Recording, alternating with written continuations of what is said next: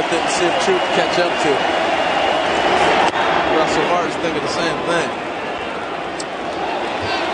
Look at this. Ball's dead. Dead ball. The ball actually hit Chu's bat as Martin went to throw it back to the pitcher. Why is it dead? Why is it dead? That ball's alive. Dale Scott signaled immediately. That ball's alive.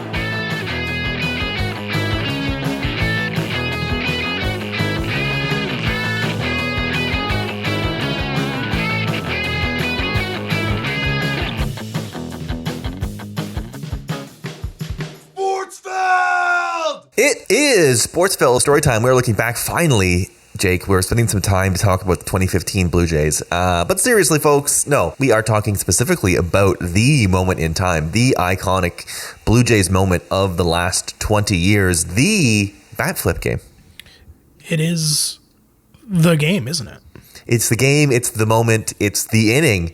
It is the culmination of what we had talked about for years with Jose Bautista as he grew with the franchise. There was the breakout in the September of the first year, and then the follow-up year, and then the contract year, and constantly having to battle both internally and externally, both non-believing Jays fans who didn't like his attitude for some reason, and fans of other teams who hated that he hit home runs against them, that Jose Bautista was good. He was our hero. He was a guy that is more than a regular season home run hitter on a fourth place team. It was this very idea that, you know, he was the one who was outspoken in 2014 when they didn't make moves at the deadline, and he was the one that had taken on a bit of a clubhouse leadership role. You know, your relationship with that being what it was and where it became and sort of standoffish with the media, but sort of his insistence that he was an elite player and that the team was elite was what you could say fueled their decision to push into 2015 and get them to this moment in the first place.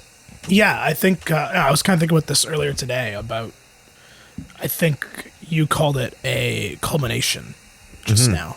And I think that is absolutely a good word for it. I was kind of thinking, you know, why, not that 2021 wasn't tons of fun, because it was until it wasn't, but like what was different? And I was thinking it was because we were like not fully employed people. Sure. But like we were at bars during the week. You can say it, Jake. We were in our 20s. Yeah. No. But like I was thinking about, I was like, why wasn't it the same this year? And it's because like, oh, I have a job is the answer. Yeah. But like, I was 35 years old this time around. Yeah.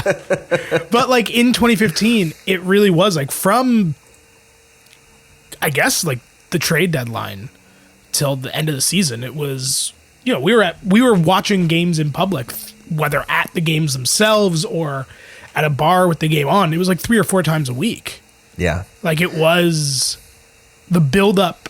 And I think that's what sort of has built this moment up so much it was the buildup of so many things. It was the buildup of the last 20 years of no playoffs. It was the buildup of this season in particular and the highs and lows and the way the season went. It was a buildup of us personally getting so invested because we were watching games every day with people, which is always a better way to build things up with sports. And then it was also the buildup of the context of the moment in the game itself, which led to, you know, we talked this in the first episode of this story time, or maybe it was last week. I don't remember. One of the other episodes of the story time. We were comparing it to the Carter home run and how it's sort of taken precedence over it. And while I don't think it necessarily should, as we talked about, I do understand it because like the emotional release of the moment from the series leading up to it, and then the game itself, and then the 7th inning itself, and then the whole season beforehand, it really was like the largest emotional release in that context possible.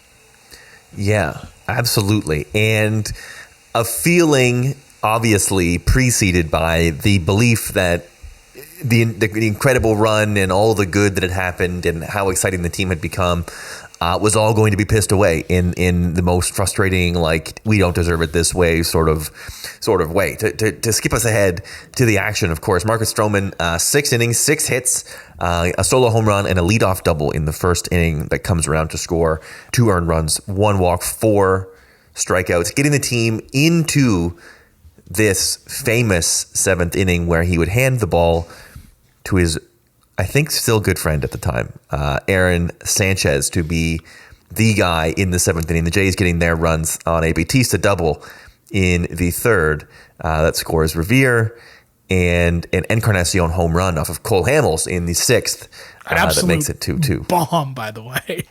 Absolutely right. So he has just hit this. He has just hit this home run in the bottom of the 6th, and it's Sanchez who comes out, immediately gives up a single to Rougned Odor. Do not forget that name, of course, because it comes up again.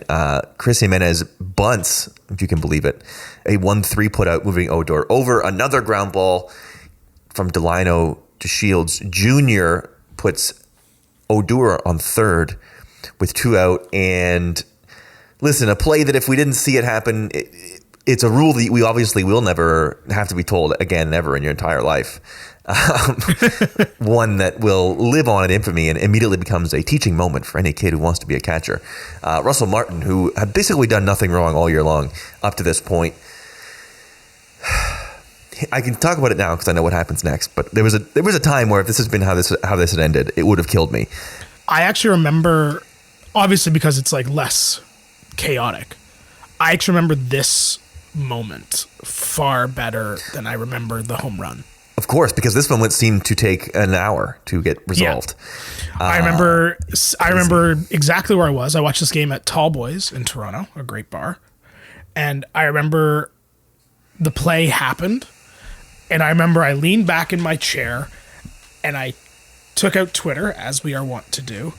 And I remember all I tweeted was "not like this." And then I threw my phone on the table. And we all kind of just sat back in silence. But also, like, the only words being spoken in the bar was people trying to figure out if it was legit. And, like, people were on...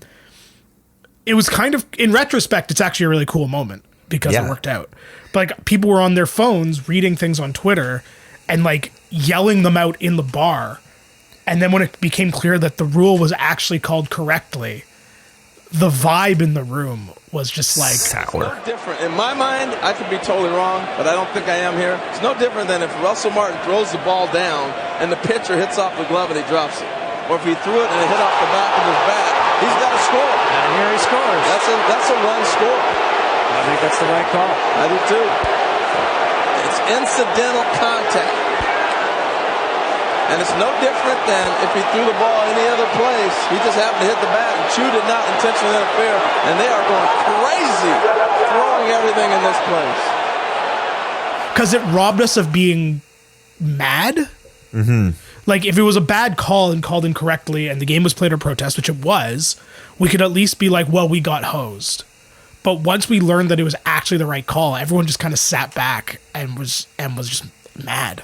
And it's so completely crazy that it would be difficult to be like, I can't believe Martin did that, because it's like, it's so absurd and unbelievable that it would happen ever. You couldn't even be mad at Martin because it was so insane.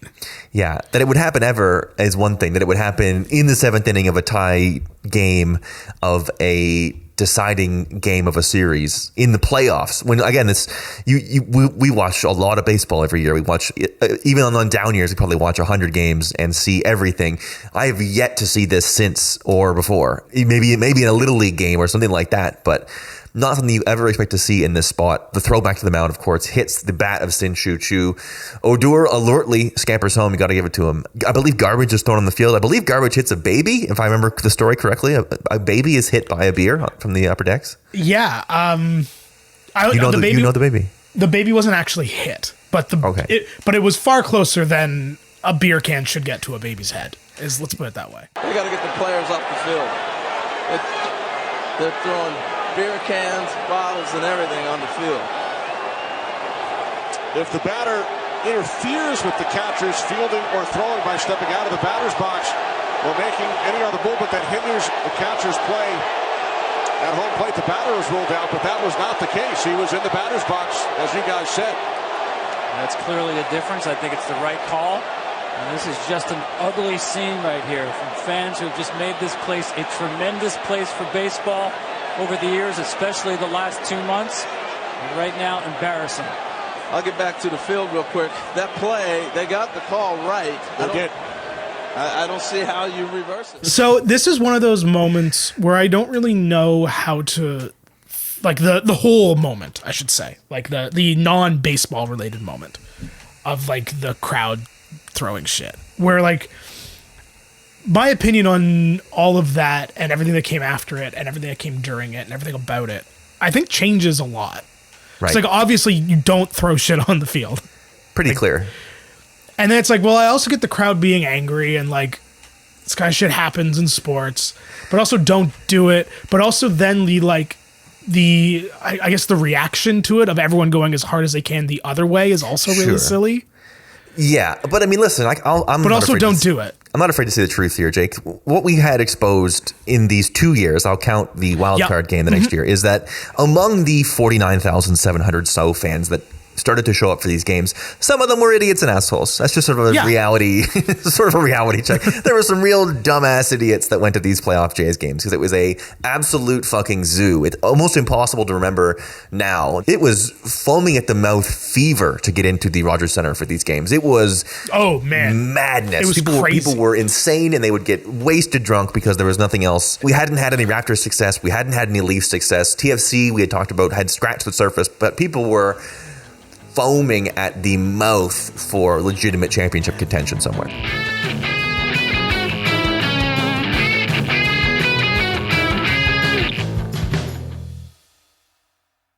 And it was so tense in that sense as well. Like, I remember the game we went to in this series, in game 2.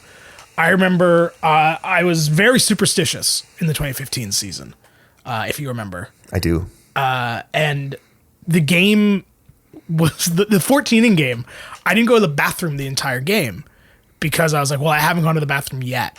And they've been playing okay. And I remember when, I guess in the 14th, when Texas took the lead, I remember being like, okay, now I actually have to go pee because I haven't peed in like 4.5 hours and I've been drinking. And I remember as I was leaving to go to the bathroom, some asshole in the crowd like screamed at me, calling me a fair weather fan. Yeah, part-time supporters. Well, also saying that I had a personalized jersey, which means I'm a fair weather fan. It's a Jimmy Key jersey, for the record. My last name is not Key. Very strange. But it was that kind of vibe the entire run in the building. So you know what's crazy to me, Jake, is I remember that being a fairly sizable delay. And I remember the benches clearing later in this game. And I remember being like, boy, that inning took forever, right? Yep. The game total takes 3.5 hours. The games now take 4 hours and 20 minutes and nothing happens. To be fair, though, the inning did take an hour of that. Absolutely correct. Which in itself is insane. It's a movie. The seventh inning is a movie. And the rising action of this movie all centers around Russell Martin, who is the one who makes the errant throw. He is the one who leads off the seventh and reaches on an error. An E6, which you absolutely love to see, as it is complete and utter fucking meltdown mode. Places the Shields. Broken back grounder. Andrus could not handle it. Leadoff man on for the Blue Jays in the bottom of the seventh. That's the speed of Russell Martin. Not a lot of catchers run very well. Forces Andrus to hustle. He just misplayed it. He doesn't miss many balls. Yeah, he just flanked it. He had time. See, to close the glove early, off the heel. The baseball gods have said we are choosing Russell Martin to be our agent of good. Martin is the one who gets on. He is the one who makes the throw. He is the one who gets the E6 in his favor. The very next play is Kevin Pillar. He grounds out to first. However, Mitch Moreland, terrible throw to second base. That is also not picked up. And the right-hander Sam Dyson in the Texas pen. On the ground to the right side. Everybody's safe. Oh my. You got the left-handed first baseman. He's got the easy throw for the force. And Moreland just shanked it. Once again, tension, late innings. postseason elimination game, nothing routine. Well, what happens here, it allows them to bring Goins back out here to bunt. Next time you watch this inning, because I know anyone listening to this will watch this again, just pay attention to the ball that Kevin Pillar swings at that becomes that error. It is so, like, I know that was his thing. Yeah. And I know in game 4 he hit a home run doing the same thing. But it is so far out of the strike zone, it's almost a wild pitch. It's amazing. Fish have got to swim, my friend. It's just the reality. So now we've got 2 plays that you could say 1.5 of them were Elvis Andrus' fault. The throw wasn't great, and it is an E3 in the ruling. We get to Ryan Goins. I don't know how they got through this Pillar Goins thing alive. I certainly felt at the time that it was going to be a disaster, but it is, believe it or not, E6 once more. It's a fielder's choice to third base. Great play by Adrian Beltre that just gets absolutely boggled by Elvis Andrus here again. After back-to-back errors, I'd be surprised if they take a gamble to throw and try to get the lead runner. So Pompey takes his lead off second. Pillar off first. 1-1 to Goins. Bunted. Beltre goes to third. Bases loaded. Wow. He took great execution. Look at Beltre, the spin, perfect throw, and Andrus just dropped it. He just dropped it. The field 1-2 ground out. It's Josh Donaldson time. He gets a run in. Sorry, do you remember on the Revere? Must be on the Revere play. Do you remember Dalton Pompey is pinch running at this point? Correct. Dalton Pompey is on third, and Ben Revere's 1-2 ground out. Pompey goes home and slides and takes out the catcher. Oh, yeah. Bounce to the right side. Throw comes home. Out of the plate is Pompey. You know you're not going to double him up. Now, Bannister's going to say he came out of the lane. He's looking for a double play on the slide from Pompey. With all the catcher rules protecting the catcher, you're going to see the play. Jimenez comes up. He's got a force. But I think Pompey's in the right. You got to take him out. He's still on the plate. He's engaged to the plate. You got to take him out. I thought it was a clean play. He wants the umpires, Jeff Bannister does, to take a look at this play. It's a clean slide. I remember watching that game, and after the whole experience of the top of the 7th, being like, because like if you look at the replay, Jeff Bannister is not incorrect. Right. Like he had every right to argue that, and the umps had every right to call that interference and 2 outs. I just remember sitting there being like, man, the building just basically rioted because of a correct call. Mm-hmm. Is it about to happen 2 innings in a row? That's a huge what if that never gets talked about. And like, he wasn't wrong. Ben Revere is super fast, so like that probably gave some credence to be like they wouldn't have got him anyway, which fair enough. But I don't know, man. That was close. Donaldson gets a run in on a little pop-up ball that allows him to get on base. And that sets the stage for Sam Dyson against the God King himself, Jose Bautista. Donaldson driving in the tying run on a fielder's choice. After the Rangers took the lead in bizarre fashion in the top half. The 1-1 from Dyson. Bautista with a drive. Deep left field. No doubt about it. You know, the Raptors winning the championship was obviously a very different bar experience, but one that I wouldn't really describe as chaos the way that game happened. This was, the closest I could think of is being at the Edwin wildcard game. Sure, that's a good comparison. But like this was, as we've talked about, the emotions and the way the last hour had gone. It was being in a bar for the 2010 Olympic game and Crosby scoring, which I also don't really remember. Yeah. And just that like complete chaos. It was amazing. It was great. I was at work screaming my head off. It was a wild time. And you know, a forgotten part of this, Jake, is there's a hot moment here where I believe we were all on the same page that the Jays were about to play the Houston Astros.